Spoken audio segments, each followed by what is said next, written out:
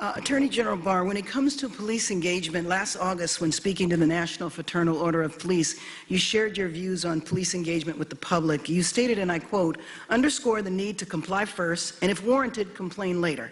This will make everyone safe, the police suspects, and the community at large, and those who resist must be prosecuted. I repeat, zero tolerance for resisting police. This will save lives." Do you stand by that statement? Yes, I think it's very important. A zero-tolerance attitude is costing lives, not saving them, especially in communities of color. Well, I'm not saying that. I reclaim my time.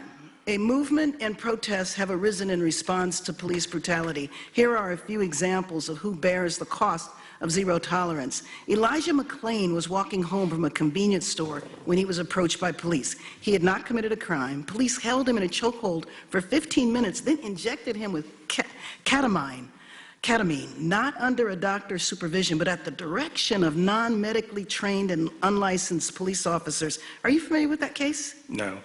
Do you know how frequently ketamine is used by law enforcement to subdue civilians, especially people of color? No.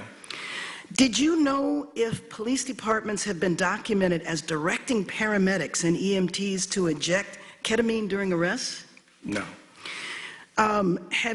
Well then, I guess you haven't evaluated the use of force tactics since becoming AG, and especially this particular tactic of subduing suspects with ketamine. Not with respect to ketamine, no. Will you commit to directing the department to evaluate the protocols around the use of ketamine, chokeholds, and other methods used by federal law enforcement officials when making arrests or detaining subjects? Well, absolutely. Under the President's executive order, we are reviewing Thank you. And especially use of force and working with police departments. Especially the ketamine. That's pretty outrageous. George Floyd was killed by a police officer via a chokehold. For 8 minutes and 46 seconds, a police officer knelt on his neck as he begged for his life. He was suspected of using a counterfeit $20 bill. That's how zero tolerance can amount to a death sentence for black men when used in communities of color. With George Floyd screaming, as we all know, he couldn't breathe. Now consider James Holmes, who murdered 12 people and injured 70 others in a movie theater in Aurora, Colorado, the same town as Elijah McClain, where he was arrested. James wore body armor, had a knife, semi-automatic weapons, and an AR-15. Yet he was calmly arrested by the same police department as Elijah McClain without a chokehold or an injection of ketamine. Dylan Roof used a gun to murder 9 people and injured another at Emmanuel African Methodist Episcopal Church in South Carolina. When he was arrested, no chokeholds, no injections, he was treated so well that officers brought Dylan Roof Burger King after arresting him. Are you familiar with that case? Yes. I raised those 2 examples to follow up on what my colleague from Texas highlighted earlier, that the department is not doing enough to address issues of racism, bias, and brutality in law enforcement. When someone who commits mass murder is calmly arrested and served Burger King, while a young man walking down the street is placed in a chokehold and injected with ketamine, then dies.